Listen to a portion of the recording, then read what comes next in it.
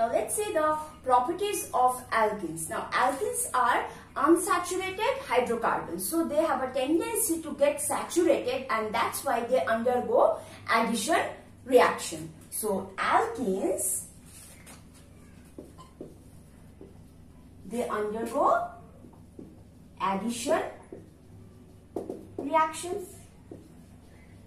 but we have to see what kind of addition reaction do they undergo, whether nucleophilic addition or electrophilic addition. Now what are nucleophiles? Nucleophiles are electron-rich species, and they have a tendency to attack a positive center. And electrophile are positively charged species and have a tendency to attack a negatively charged center. Now in case of alkenes, alkenes consist of pi electrons. So these are pi electrons. So it contains electron-rich density center. So obviously nucleophile can't come and attack this. Okay? So this can go and attack the electrophile. So it undergoes electrophilic addition reaction.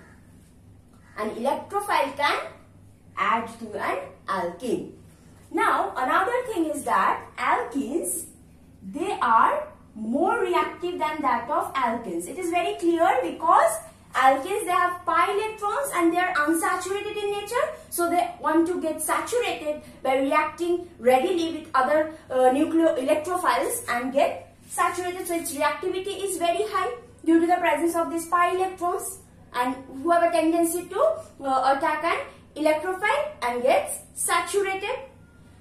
One more thing about alkene is in its boiling and melting point. Now if I take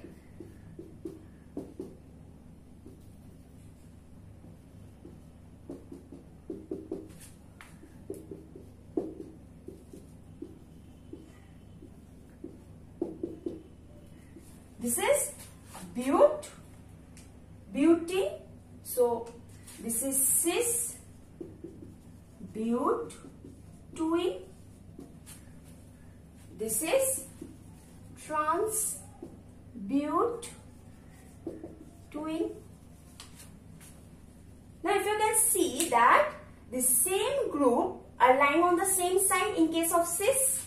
So same methyl groups are on the same side. So their dipole moment is higher. So they have higher dipole moment in one direction, but in this case their dipole moment is on the opposite side. So it has more dipole moment. So it has more polarity. So it is more polar because it has more dipole moment.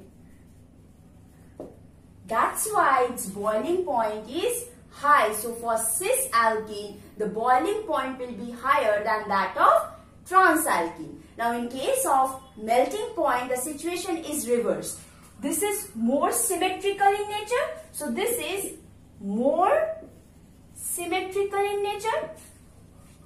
Since it is more symmetrical, so its lattice is very stable. So its melting point is higher than that of cis, which is not so symmetrical. And boiling point of cis will be higher because of higher dipole moment than that of trans alkenes. Now let's talk about the reactions of alkene. That means what are the compounds that we get from alkenes. Let's see the reactions of alkenes. Now we have to see what are the products or what functional groups that we are getting from alkenes, as we have prepared alkenes from those functional groups. So let's see if we are getting alkenes from alkenes or not. We have got alkenes from alkenes by pyrolysis, by adding aluminium oxide and heating it at a very high temperature. Dehydrogenation has taken place. Now we will see whether we can get alkanes from alkenes. Yes, it will undergo addition reaction. So if I provide this with hydrogen in presence of nickel at a temperature of 300 degrees Celsius, at that time we will get alkenes. So ethene. In presence of hydrogen, it will give ethane. Next is alkynes. Alkynes not as such directly. Let's talk about the alkyl halides. So, alkenes to alkyl halides. Because benzene, we will not get benzene from alkenes. We got benzene from alkenes by aromatization. We will get benzene from alkynes. No, not such reactions are there for preparation of benzene.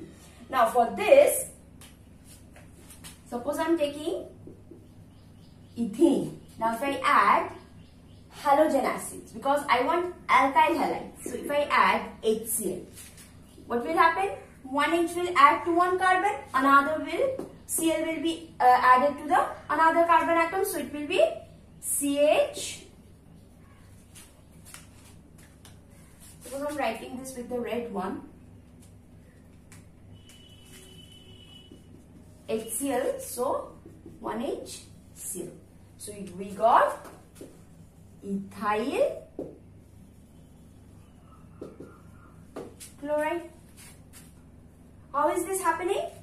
So when H plus and Cl minus is formed, now this pi electron will come and attack this H plus. So what is formed? This carbon will get the positive charge, so it will form a carbocation. So this carbocation will then be attacked by the Cl minus. So this Cl minus will come and attack this carbon. So you see, we got the ethyl chloride. So this will lead to ethyl chloride. Clear? Now,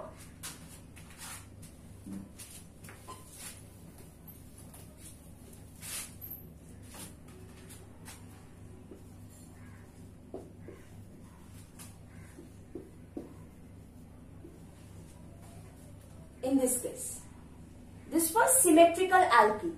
So it was like same. If I added H on this side and Cl on this side, I would get ethyl chloride. But what about this one?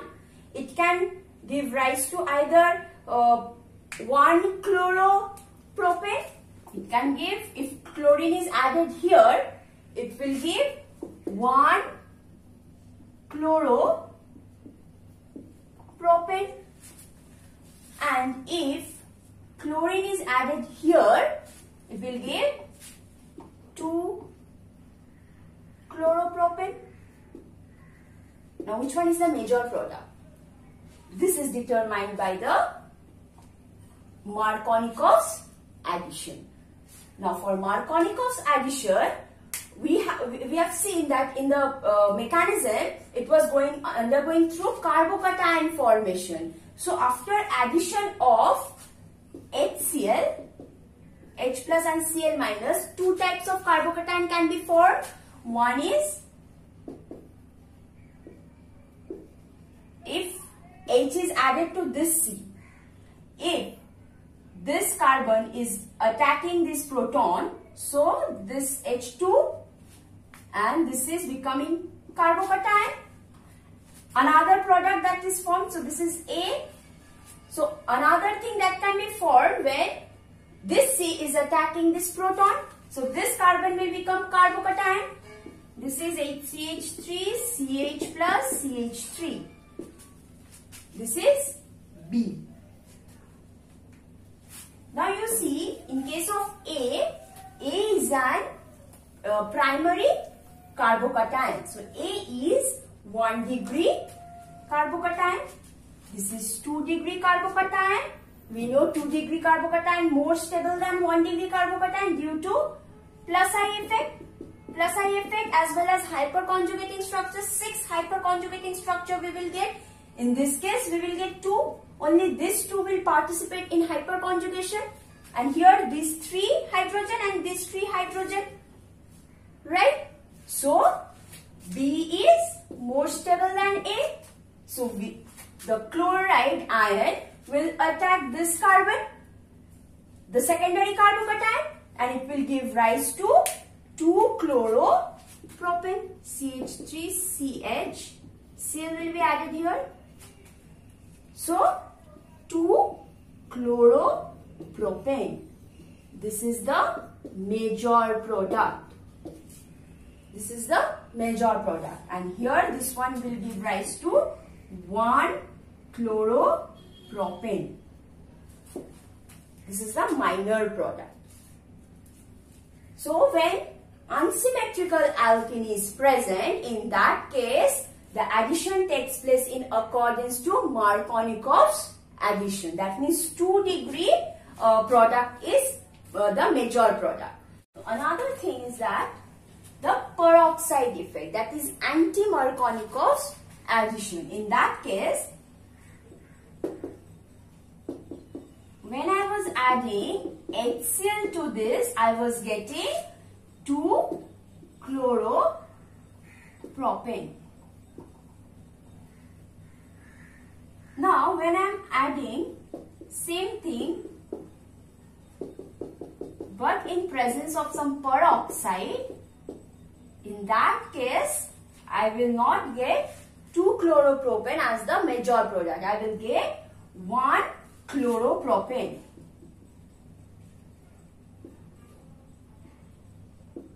This is the major product, 1-chloropropane.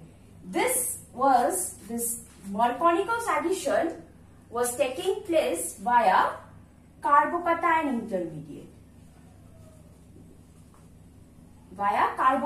intermediate. But this is occurring through free radical mechanism.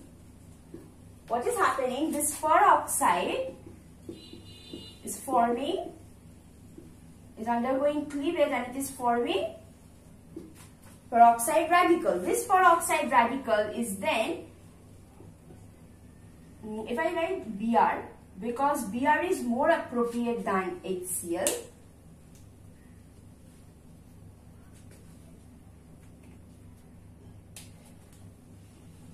this will trigger the formation of peroxide here also. So bromide radical is formed. This bromide radical will again trigger this alkene to form a radical. So now you see the radical that is formed will be joined by Br radical either at this carbon radical or this one. Now it depends, after joining with the bromide radical, which carbon will be more stable, which carbon radical will be more stable. For example, I am saying if this bromide radical is joining with this first one, primary radical, so this will give rise to this one. The secondary radical is left behind. Now if this bromide is now connected with the secondary radical, it will leave behind the primary radical. Now which one is more stable? Obviously this one. The secondary radical is more stable. Why? Hyperconjugation. I told you, whenever any stability, any question of stability of the intermediates or any product is coming, why a product is a major product, we have to look for the effects, the inductive effect, resonance effect or the hyperconjugating effect. So in this case, hyperconjugating effect is effective. Now you see, for this, how many hyperconjugating structure will come? This 3 will take part in hyperconjugation. This 2, 5. We will get 5 hyperconjugating structure. Here 5 hyperconjugating structure. And in this case, we will get only 2. This one. 2. So 2 hyperconjugating structure. So since the intermediate for this one, for the alkene is forming the intermediate or 2-degree radical which is more stable than the intermediate that this alkene will form is the 1-degree radical, and that is less stable than this one. So the product that will be formed from this intermediate will be the major product. Clear? So the radical that is formed in the middle of the reaction, we have to see the stability of that radical. So in this case, this intermediate is more stable. So if I number it A, this one is B. So A is the stable intermediate than that of B. So the product that will be formed from A is more stable or the major product than that of B. So that's why this one, like in this case bromo, 1-bromo propane is the major product. Clear? So this is your peroxide effect or Kharash effect or anti-Markovnikov's effect.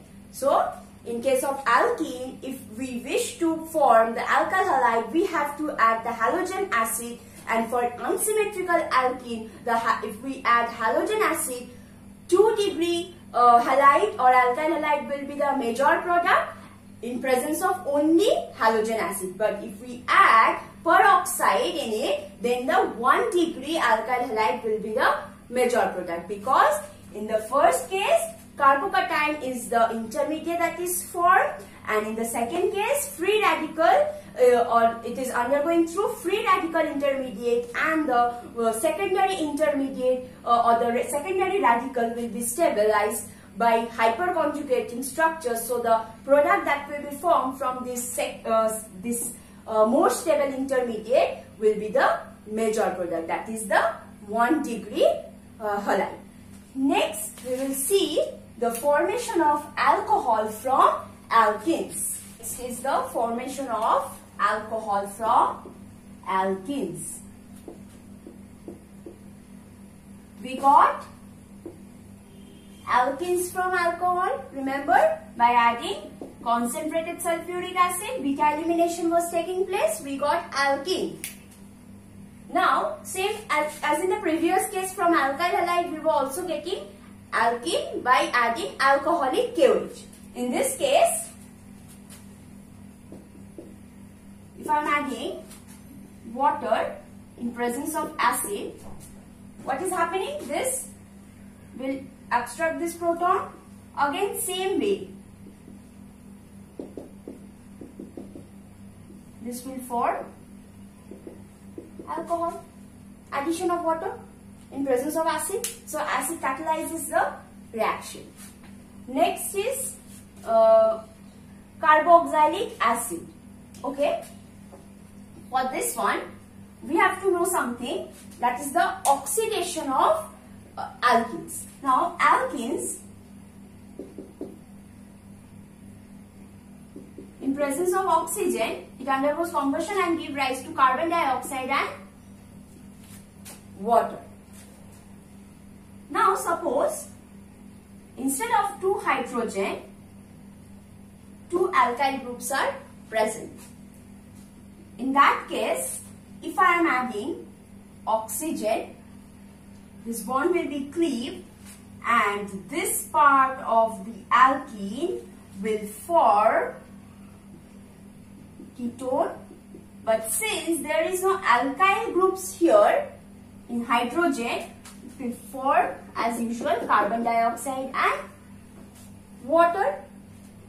Now for example, same thing, but one alkyl group is substituted in presence of one hydrogen. In that case, if I am adding oxygen or in presence of any oxidizing agent, if I am adding, in that case, this part of the alkene will form ketone.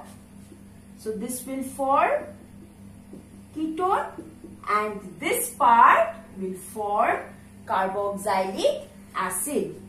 So this will form acid.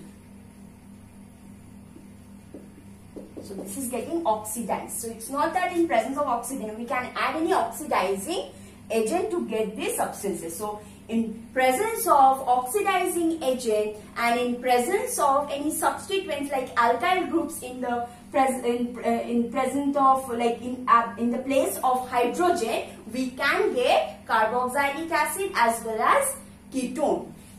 If two substituents are there in place of hydrogen, we will get ketones, and if one substituent is there, one alkyl group and one hydrogen is present, then we will get carboxylic acid. Now there is another way to get aldehydes as well as ketones. Let's see the formation of aldehydes from alkenes. We have seen in the previous case the formation of ketones by oxidation of alkene. If two alkyl groups are present in presence of two hydrogen, that after oxidation it will give rise to ketone. Now for aldehyde, if I add ozone to this, after adding ozone to alkene, the intermediate that is formed is an ozonide intermediate.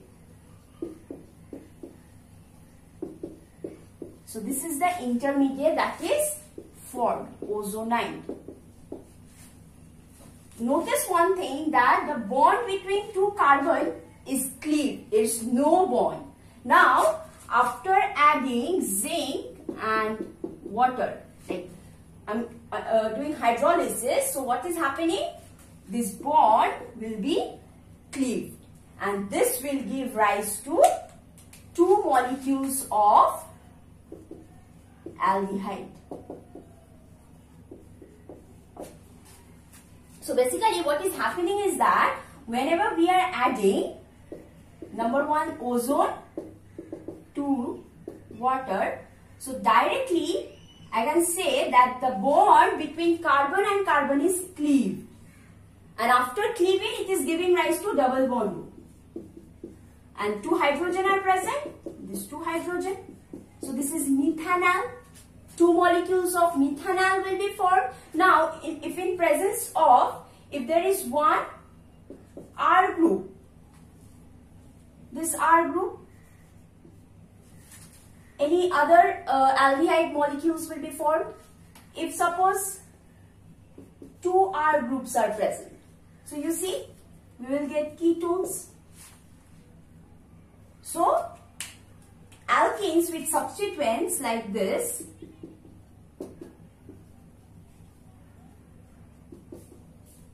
so directly if I add ozone, zinc, water, I'm cleaving this bond. On cleaving, this carbon, C double bond O. So this C double bond O, this carbon same, C double bond O, and then write the remaining substituent. So this one is CH3, CH3, acetone. So this will give rise to acetone, two hydrogen. This is methanol. See how we are getting aldehydes and ketones from alkenes. So these are the preparations of other molecules or other compounds from alkenes. Now if I conclude this, so I'm keeping alkenes in the middle.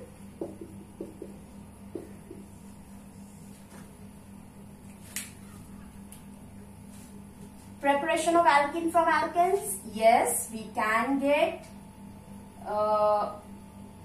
okay, alkenes from alkenes. We have seen hydrogen in presence of nickel or palladium, platinum. Alkanes to alkenes, yes, by pyrolysis, by heating it at a high temperature. Next, alkenes from alkynes, yes, alkynes by adding again hydrogen, 1 mole of hydrogen in presence of nickel or platinum. Formation of alkenes from alkyl halides, yes, formation of alkenes from alkyl halides using alcoholic KOH. Preparation of alkyl halides from alkenes. Yes, by adding HX. Halogen acids. This I can get 2 degree as well as 1 degree. So if I write HBr plus peroxide, if I wish to get 1 degree, I can use this method. 2 degree, only this one. Next, alcohol, alkene to alcohol. Yes, by hydration, addition of water, acidified water. And alcohol to alkene, yes, by adding concentrated sulfuric acid. Beta elimination is taking place. Now, alkenes to carboxylic acid, yes, by oxidation with oxidizing agent. That's why I am giving this sign. So this means I am adding oxidizing agent. But carboxylic to alkenes, we will not get that directly. So for that, we have to convert this acid to alcohol and then to alkenes. Next, alkenes to aldehydes. Yes, we can by ozonolysis. Yes, by ozonolysis. First O3, second zinc and water. Yes, ketones, alkenes to ketones. Yes, one by oxidation method. If instead of 2 hydrogen, 1 alkyl group is 2 alkyl groups are present, then we will get ketones. And another method is, so first one by oxidation and another method to ketones, again by ozonolysis. By ozonolysis, depending on the substituents that are present. So this is the overview of the reactions that alkenes undergo, that how we are getting alkenes and what are the other products that we are getting from alkenes. So in the next video we will see the alkynes.